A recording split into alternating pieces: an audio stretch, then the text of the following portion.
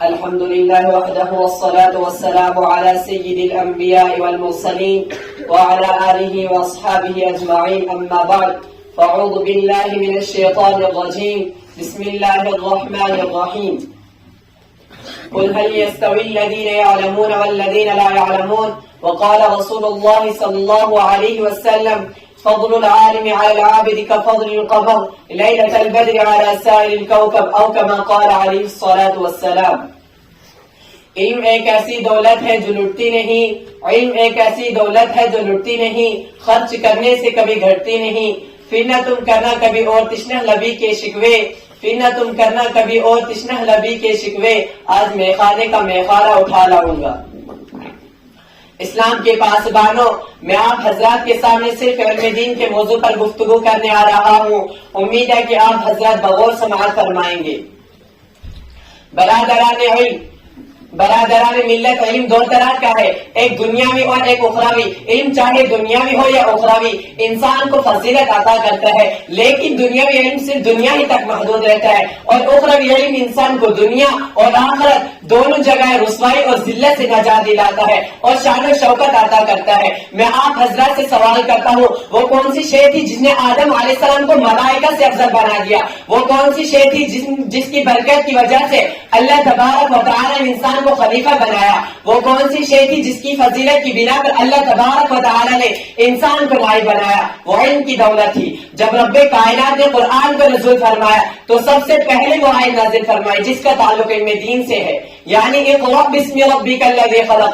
اسلام کے پاسبانوں، اخروی علوم کی فضیلت و اہمیت آیت قرآنیہ اور احادیث نبویہ میں بکثرت وارد ہوئی.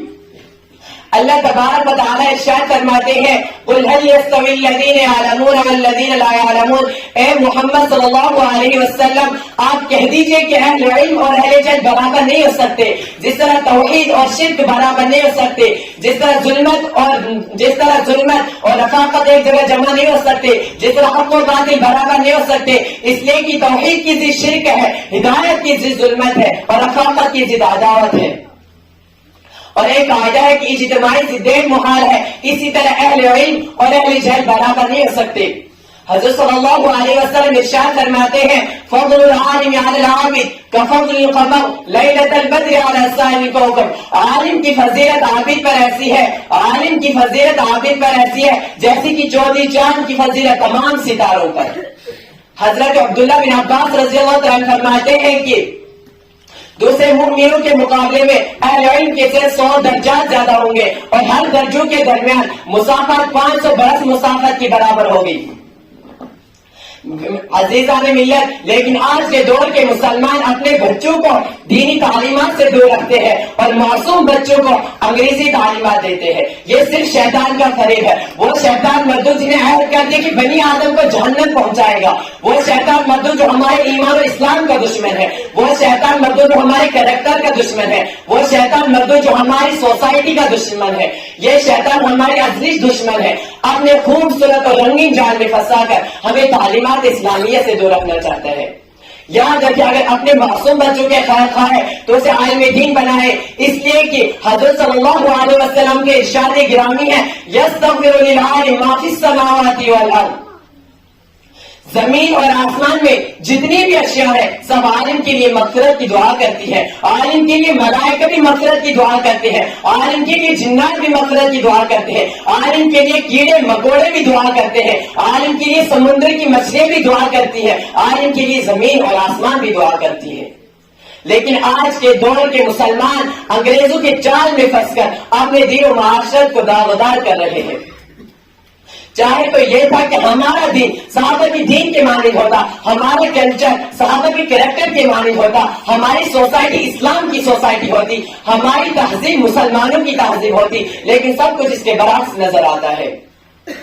کسی شاعر نے کیا خوب کہا: سمجھ میں کچھ نہیں آتا دنیا کا حساب الٹا، سمجھ میں کچھ نہیں آتا دنیا کا حساب الٹا، نصیحت کیجیے جس کو ملتا ہے جواب الٹا. عزیزان گرامی، ابو الاسود رحمت اللہ علیہ فرماتے ہیں کہ علم سے زیادہ کوئی شے عزت والی نہیں. بادشاہ لوگوں پر حکومت کرتے ہیں اور علماء بادشاہوں پر حکومت کرتے ہیں. حضرت عبداللہ بن عباس رضی اللہ عنہ فرماتے ہیں کہ اللہ تبارک و تعالیٰ نے حضرت سلیمان علیہ السلام کو یہ اختیار دیا تھا کہ 3 اشیاء میں سے جس کو چاہے پسند فرمائے، علم، مال، سلطنت۔ حضرت سلیمان علیہ السلام نے صرف علم کو پسند فرمایا اور اللہ تبارک و تعالیٰ نے مال و سلطنت کو علم کے ساتھ عطا فرمایا، مال سلطنت کو علم کے ساتھ عطا فرمایا۔ حضرت امام راضی رحمۃ اللہ علیہ تفسیر کبیر میں ایک واقعہ ذکر کرتے ہیں۔ وہ واقعہ یہ ہے کہ ایک شخص تھا، اس کی خواہش و تمنا تھی کہ اس کی اولاد ہو، لیکن اس کی اولاد ہی نہ تھی۔ جب بیوی حمل سے تھی تو اچانک بیمار ہو گئے اور اس کی حالت میں انتقال فرما گئے۔ انتقال سے پہلے وصیت کی تھی کہ اگر اس سے لڑکا پیدا ہو تو اسے عالم دین بنانا۔ خدا کی قدرت سے لڑکا ہی پیدا ہوا۔ اس کے کئی دنوں کے بعد ایک دوسرے شخص نے اس مرنے والے کو خواب میں عیش و عشرت کے ساتھ دیکھا تو خواب دیکھنے والے نے پوچھا کہ اس سے پہلے بھی میں نے آپ کو دیکھا تھا جبکہ آپ عذاب میں مبتلا تھے، اور آج بھی دیکھتا ہوں اپنی شان و شوکت کے ساتھ اپنے لمحات گزار رہے ہو۔ تو مرنے والے نے کیا جواب دیا؟ مرنے والے نے جواب دی کہ میری بیوی نے آج ہی میرے بچے کو مدرسے میں داخل کیا اور میرے بچے نے آج ہی بسم اللہ پڑھی، جس کی فضیلت کی بنا پر میری مغفرت کی گئی۔